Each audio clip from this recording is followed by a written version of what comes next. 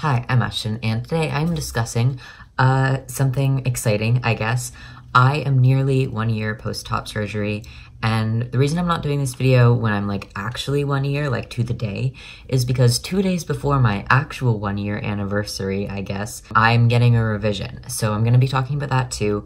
But first I wanted to update you like about 1 year post-op where I am, and then I'm going to be talking about the revision, what I'm getting done, what the aftercare is gonna be like. So yeah, let's start with my chest now. I'm gonna do this a little bit differently than my previous top surgery videos. I'm just gonna kind of talk about this now, put it as a kind of voiceover to a video of me like actually showing my chest. It'll be a bit more difficult to edit, but I think it'll work out better and like I'll be able to coordinate things more, if that makes any sense. So yeah, this is gonna be better, I think, I hope. So I had top surgery December the 16th of last year, and today is December the 9th, so I'm technically like 51 weeks post-op. But we're just gonna call it a year because in 5 days, I will be on the operating table again.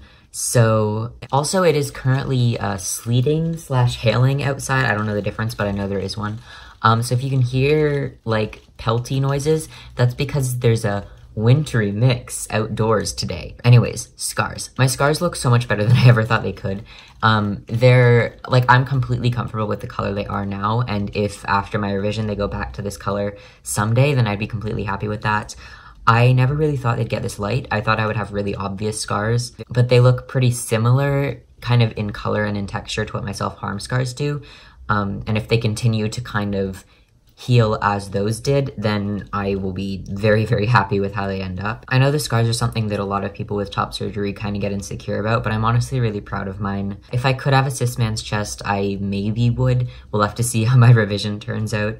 But I don't regret it. I love my scars and I'm happy to embrace them. As for the scars kind of stretching, the scar on my left-hand side is a bit thicker than the one on my right-hand side. The left side is where I had the majority of my complications. I'm not going to discuss my complication right now because I have a whole video on it, filmed in my cousin's basement if you want to go watch that. But basically the scars on this side are a bit more stretched just because of the excessive swelling and all the manipulation that my left side had to go through. But the scars still look really fine. Like, they're fine. I don't mind the scars at all, and I'm happy with where they are. As for nipples, or rather nipple, because I only really have one, it's odd. It's very odd. I'm not unhappy with it, but the scar tissue around my nipple is generally like really dry and almost irritated. It's still very numb, so I can't tell if it's irritated or not, but it doesn't look like normal skin. The scar tissue looks kind of red, and the whole nipple is pretty flaky and dry. So I've been putting Vaseline on it for the past while, but it hasn't seemed to help a lot. So I don't know if that's a normal thing that your nipples get like peely and dry after top surgery. Maybe it's just because it's the winter and I have sensitive skin in the first place. So that's kind of confusing. I might ask my doctor about that, but the one nipple I do have is relatively like flaky and weird looking. And then the other side is really just a scar at this point. I don't know where my nipple went. I know we tore out some dead tissue, but like there was still a nipple there. I guess my body absorbed my nipple.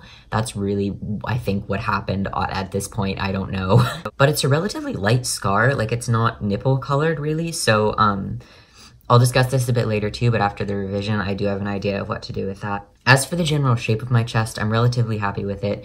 The left side, my complication side, is flatter, but it does have an like kind of indent where I did lose tissue, dead tissue, that we had to take out because complication.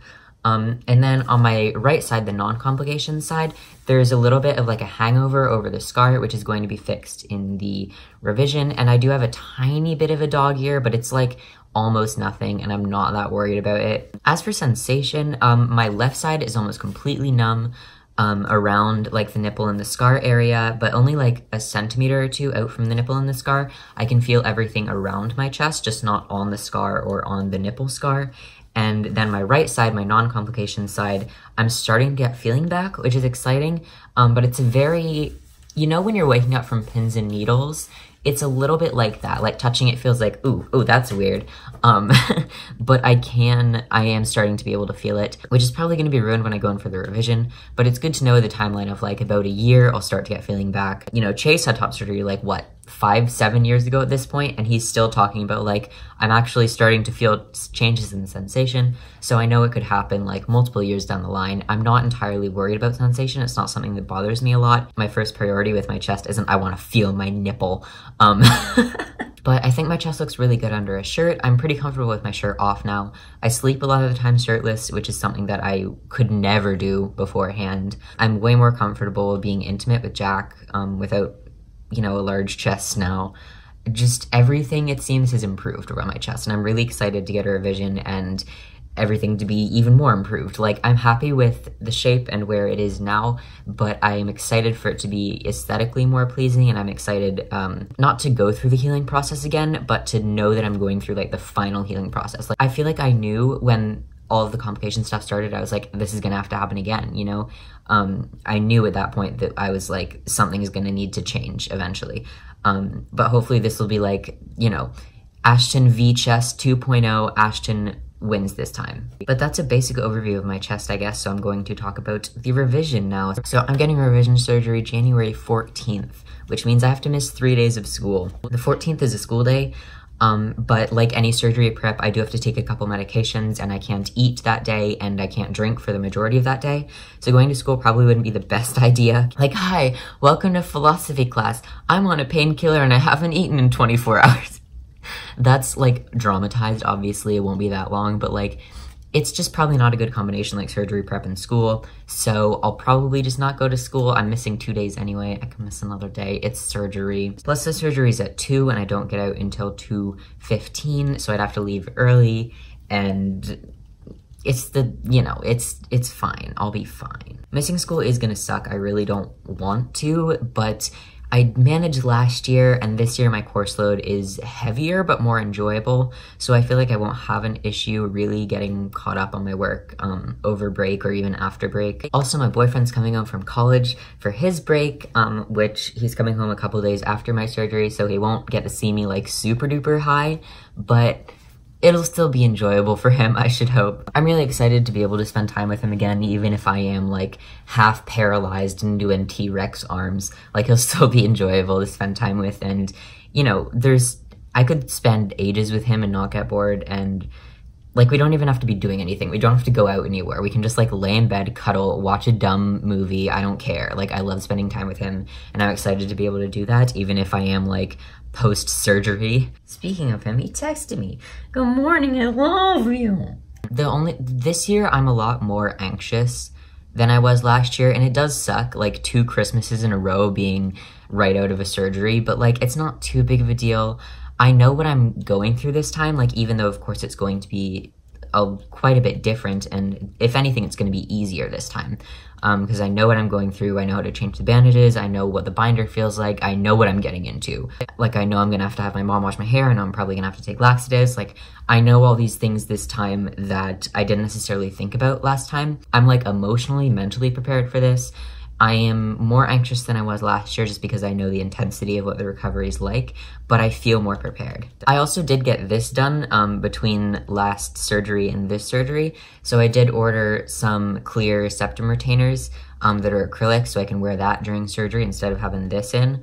And I also have clear acrylic plugs, and then I think the rest of my jewelry I'm just gonna leave out. So I did worry about that a bit last year, but these guys ended up just fine. And then last year I had little acrylic plugs that my friend Emery got me, which was very kind of them.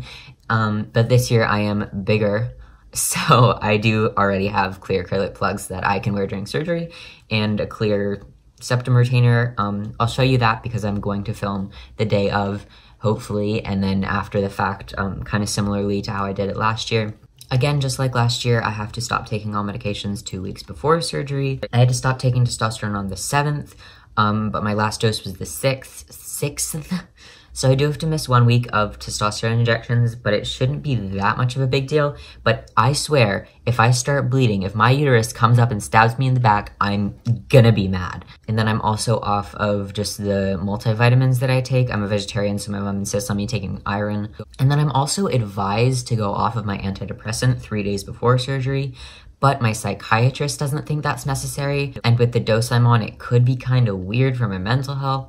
So I'm not entirely sure if I'm going to go off of that, but I should. But really what that is them covering their asses, like, because if I do take it and I bleed a lot, that's like a liability that they have. It's hailing harder outside now. I'm sorry if you can hear it. But also, like last time, I'm not allowed to take any aspirin or aspirin-containing medications 2 weeks before surgery, which isn't too big of a deal. I don't take aspirin that often anyways. And then for after surgery, I've been prescribed an antibiotic as preventative, probably the same one I took last year. And then I have oxycodone, 5 milligrams of that as a painkiller. And then I've also been prescribed arnica, which I stopped taking last year. My mom didn't think I should have taken it, and she's a pharmacist, so I trusted her on that one. They also prescribed laxatives to start taking after surgery until I can have a bowel movement, because anesthetic can mess up like your whole digestive system apparently, which is not fun. But I honestly did fine last year. Like, I didn't have any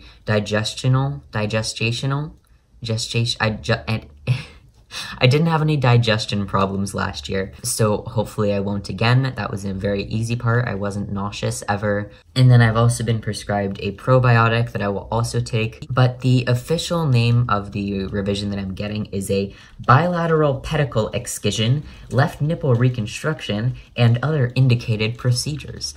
So basically what that means is, I'll show you again on the chest I have now. So the bilateral pedicle excision. So the bilateral pedicle thing means that just both sides are being done.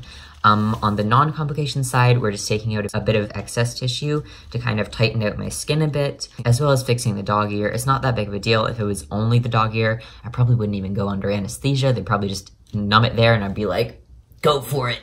But it's more than that. So they're just gonna get the dog ear while they're at it. And that's all that's being done on that side. So there will be an incision similar to the one I had last year, but not nearly as bad, and not nearly as large. And I imagine this incision would be in the same place as the scar is currently. So that's what's gonna happen on that side, and that should be relatively easy to heal. And then on the other side, we're doing a similar thing, but possibly somehow adding some tissue where you can see this indent of where I lost tissue. So that scar is going to be straightened out as well with the kind of recontouring of my chest. And then they're also doing a nipple reconstruction, which of course they can't just grow a nipple. Actually, that would be rad. 3D printed nipple with my own stem cells. They're just going to kind of use a material similar that she uses for lip filler, because she's a cosmetic surgeon. But she's gonna use a filler that she uses similar to lip filler, but nip filler, to kind of give my nipple a more nipple shape, because it really is just scar tissue. So she's going to shape that a bit surgically to make it look more nipply. And then my plan is 1 or 2 years after I've healed from this revision, I want to get that nipple tattooed the same color as my other nipple, because by then my other nipple will be like the color it will be forever, you know? So then I'll just have like 1.5 nipples. That's a pretty cool fact, like 2 truths and a lie. I have 1 nipple. Nobody would guess that one's true. Anyways, that's an odd tangent.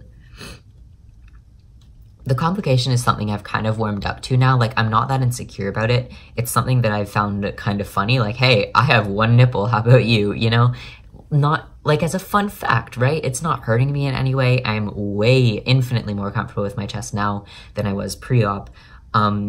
And it's not hurting anything, it's fine. But yeah, my nipple is going to be reconstructed as best possible. Still not entirely sure how she's gonna do that, but we'll figure it out. As for documenting the whole process, I do wanna document it similarly to how I did last year. So through the first week, I'll probably take a 2-3 minute clip of me each day, kind of describing how I'm doing, showing you my wounds. Maybe Jack will help me with that a little bit. So if you see some Jack in those recovery videos, you'll know why. Also, I am planning on doing a bunch of patches and parley while I'm recovering. I have 7 patches currently that I need to put on my jacket. I'll probably space out publishing them though. I don't really want more than 1 patches and parley every week, or maybe every 2 weeks, but also like 7 is a lot, you know, and that would be 14 weeks of patches and parleys if I did them every 2 weeks, so I don't know. I'll figure it out. You don't have to worry about that. That's on my side. But I do have a couple ideas for what I want to talk about in them based on the patches that I have, but I only really have 2 or 3 ideas. So if you have anything that you want me to talk about, kind of patches and parley style, this would be a great place to let me know. But yeah, I think the main message of this video is I'm really excited to get a revision. I also do want to do a revision Q&A at some point, but I'll probably do that at least a month after surgery. I will keep you updated on that. I'll make a little community post if I do ever do a revision Q&A Q&A as well as post on Instagram. So yeah, I'm excited to go into surgery again. I'm a bit more nervous this year, but I think I'll be okay. And I will document it as well as I can for you. I know there's a lot more like top surgery stuff online than there is top surgery revision stuff, because not everybody gets a revision, obviously, but a lot of people do, and I want to put it out there that it's a thing that can happen, and if you have to go through it, then maybe this will help you, and if you don't, maybe this will help you prepare for what might happen. Like, I don't know, I just think it'll be a good thing to share.